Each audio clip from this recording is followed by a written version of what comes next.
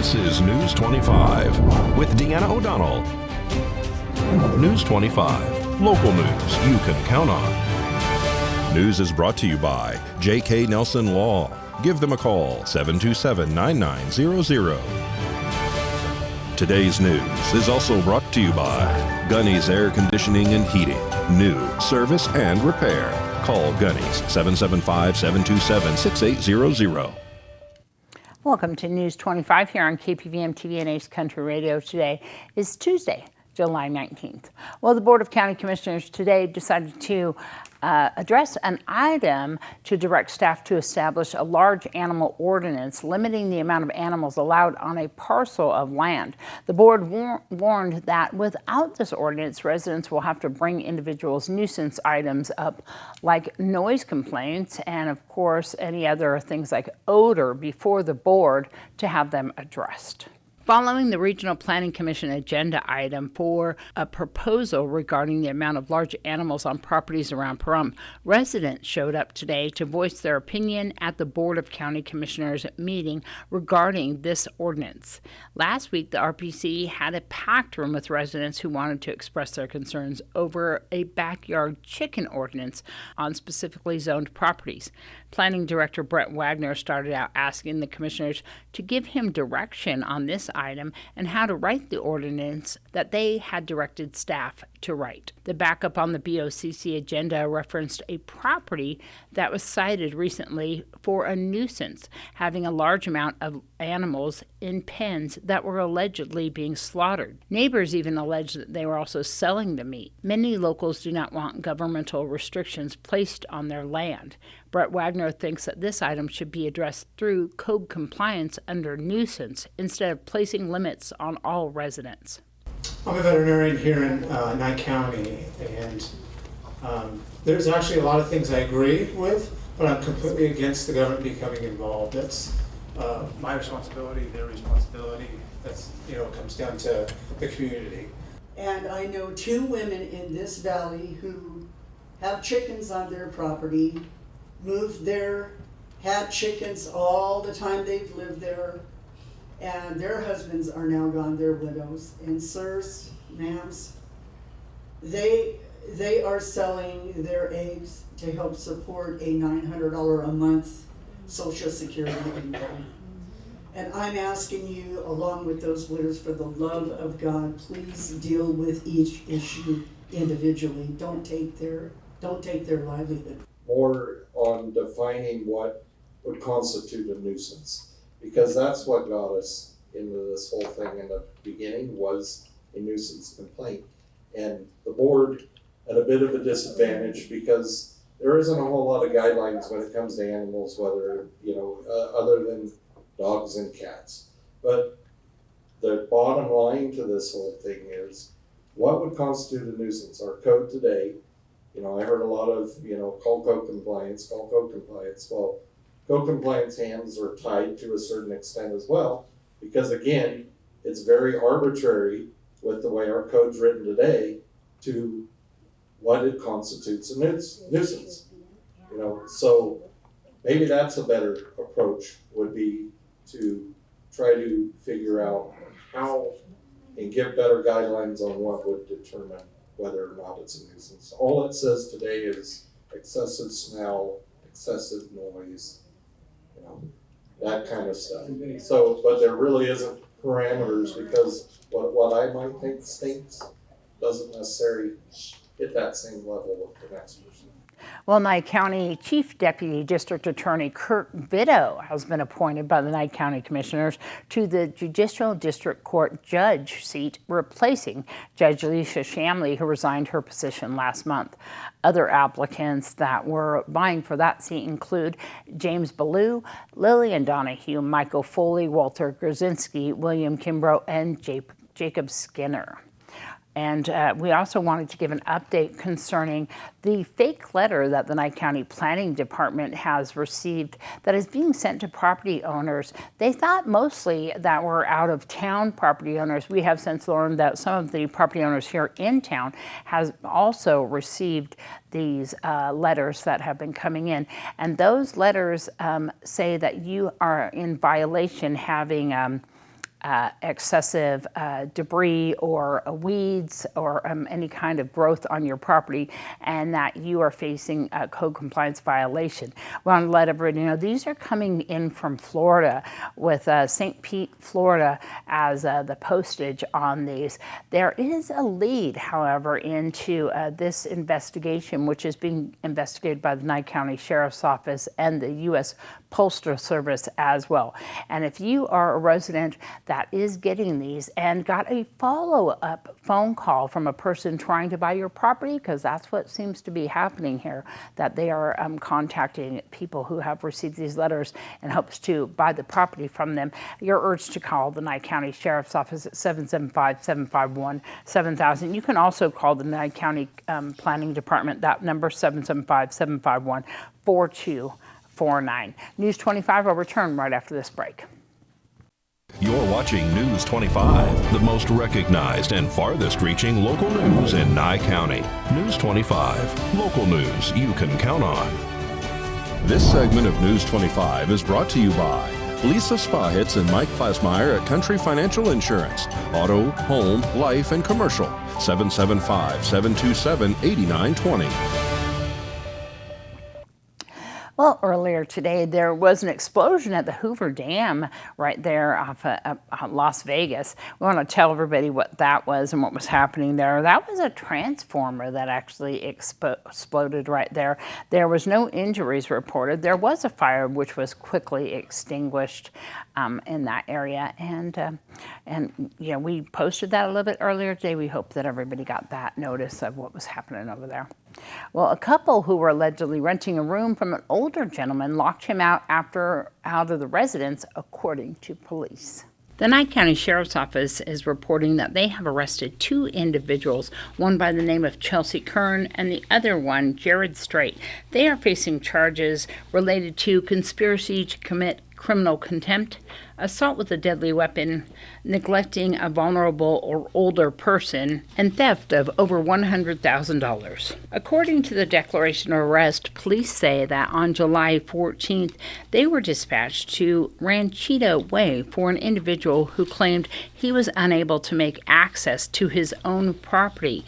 He believed that the backyard gate lock was tampered with. Officers asked why he didn't go through the front door of his residence, and he stated that he believes that the two individuals that rent a room from him would possibly assault him if he came through that direction. Officers arrived on scene and came to the conclusion that, in fact, these locks were not tampered with. In fact, they were changed. Deputies attempted to knock on the front door and speak with the individuals inside, identified as Strait and Kern. They declined to open the door to police officers and, in fact, called the sheriff's office and informed them that they would not be having any kind of conversation with the officers on scene and that they would not comply with opening up the door. After a long standoff, police say that they eventually found a key near the area of the door on the ground and were able to gain access to the residence. At that time, they say that Jared came rushing towards the officers with a wooden stick and attempted to hit them through the open door. They say that Jared then pushed the door closed and resecured it. The reporting party allegedly told police that these individuals had constantly put him through mental suffering and was deprived of his residence multiple times throughout the course of several days. Both Jared Strait and Chelsea Kern were arrested and transported to the Nye County Sheriff's Office Detention Center. And police say they arrested a man traveling at a high rate of speed and failing to yield. On July 11th, Nye County Sheriff's deputies arrested a Christopher Sparks after he was traveling through the roundabout on State Route 372, failing to yield to traffic and at a high rate of speed. After attempting to be pulled over by sheriff's deputies, he attempted to flee. At that time, Sparks' vehicle became disabled and he was taken into custody. Being the sole driver and occupant of the vehicle, records show that the vehicle was unregistered and uninsured. He is also charged not only those two offenses, disobeying a peace officer, failure to obey a traffic control device, and endangering other drivers. More news on the other side of this break. You're watching News 25, brought to you by Mountain West Lawyer, Injury Attorneys. 727-9500. Also brought to you by Silver State Health.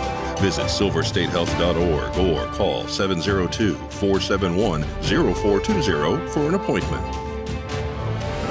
News 25, local news you can count on. Welcome back. Well, 3 entities got together to give students across the county some very vital school supplies. We caught up with Sheriff Sharon Morley, Captain David Brukowitz, and Stephanie Avina to find out more. Well, this is our back to school drive, the same thing that we do every year. And this year it was an explosion. It was just really, really nice.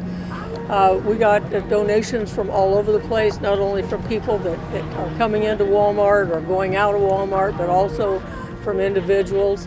And the Republican Party actually gave us about $500. So it was really a good time this year. Yes, we have had some deputies donate, not as many as I would like, but we've had some. Yeah, we had planned on having this in Tonopah and also in Beatty, but we had scheduling problems. Yeah. And so we're going to do that in 2 weeks. We do have a couple of people in Tonopah that came out to help, so we'll probably end up having 2 in Tonopah. We just started with summer, and well, let me tell you that anything that's left over goes to a teacher for their classroom. It's very hot. Hotter than usual, but we did great. This was definitely our best year. This is our 7th year, and for sure things have been great. We've had a lot of donations, and we've been able to push out a ton of school supplies. So a lot of our donations previous to the event were financial donations from a lot of organizations, and we'll do a push out acknowledging all of them once we're done. Today, primarily though, we've had supplies actually donated. So people pick up the list, they go in and they buy carts full of the supplies and bring them back out to us. We've had several very large monetary donations here as well, so it's been a great year. We don't do any screening. The bottom line is this is for people that need school supplies, and there could be people of all types of income that are coming today. The theory is if you're here, it means you need supplies, and so we're supporting the community. And like I said, it's been our 7th year, and every year it's been better. And this year, despite the heat and the horrible humidity, it's been a great year. Yeah, Walmart's prices were great, and we saw an increase in donations because of that. We've had several people donate cartfuls of backpacks, and so that's been great. We always run out of backpacks near the end, and this year we've pretty much gotten everybody a backpack, so it's been a great time. Yeah, we had some scheduling conflicts. We did manage to get someone to the Tonopah store near the end of the time frame, so they are still collecting some supplies today, but we'll be rescheduling that in the next couple of weeks. And then anybody can donate between now and when school starts at pdop.info, www.pdop.info, and then the money will buy supplies and we'll donate it. And we never have a lack of need. Even after the drive, there's people that come to the office and need supplies. So yeah, we take donations continuously for people. PDOP, the Sheriff's Office, and Positive Pahrump, which is Stephanie Avina. We've all partnered for these 7 years, and we're here again, and it's a good combination. Stephanie has a great following in the community, and PDOP obviously has the nonprofit and a lot of volunteers, and then the Sheriff's Office, we have the ability to have obviously our following and a lot of our deputies, and we had staff that were here helping, and so it's been a great partnership, and this is just another year where that's continued. And I'm going to estimate that it was about 700 total students served, but in terms of backpacks and supplies, but until the end we really won't know exactly. And at any of our stations we can receive supplies, and then certainly online at our website for monetary donations. We had a lot of people come out, a lot of people donate. This was the best year yet. We try to stay positive in community, toy drives, school drives, anything positive we could do, we talk about it. Even silly subjects like what's your favorite ice cream. Sometimes it could get a little negative or heated, but we try to wing it back in and make it positive. I have teachers that volunteer. They are very grateful that we're helping the students. They take supplies to their classrooms so other students could get them. So it works out for everybody. Go visit Facebook, search for Positive Pahrump, and come say hi to me. Well, according to the CDC, the number of pediatric melatonin ingestions reported to poison control centers has increased during the past decade. The agency says the majority of children in these cases didn't experience any symptoms. However, some required hospitalization and at least 2 died. Dr. Robinson speaks to us via Zoom. I think a lot of people don't view herbal supplements or vitamins or things like that as having any potential danger. I talk to patients about that all the time, that because things are natural or because things are not prescription medications doesn't mean that there can't be some complications or dangers involved with using them. So we still need to be careful. Dr. Gina Robinson is a pediatrician for Cleveland Clinic Children's. She says another issue with melatonin supplements is that there isn't any federal recommendations when it comes to how much you should give a child, so a parent could accidentally give their child a bigger dose than needed. Dr. Robinson says melatonin supplements should really be a last resort on helping a kid fall asleep and stay asleep. Instead, parents should consider other factors that may be playing a role in their child's difficulty sleeping. For example, do they have a regular bedtime routine? And are they getting quiet time to help them wind down? She also notes that some parents may think their child has sleep issues when in reality, they're waking up a normal amount during the night. And I always try to tell parents to just step back for a minute. If you go into your room thinking that your child is not sleeping well or they're restless, if you go in and just step back for a minute, you might realize that they're doing just fine. But if you rush in and try to do something right away, then you're actually adding to the interruption in the sleep cycle instead of helping. Well, Dr. Robinson says signs of melatonin overdose can include nausea, dizziness, and headaches. If you are concerned, she recommends calling Poison Control right away. News 25 Weather Cam is brought to you by Lerner and Rowe Injury Attorney's Office in Pahrump. In a wreck, need a check? Call 702-877-1500. Well, we're going to take a look outside right now and see what's happening on Hi, our good evening, weather Nevada. cam. It's John Kohler from the... And some beautiful clouds in the sky right there looking at Mount Charleston. John's going to return to tell us what's in store.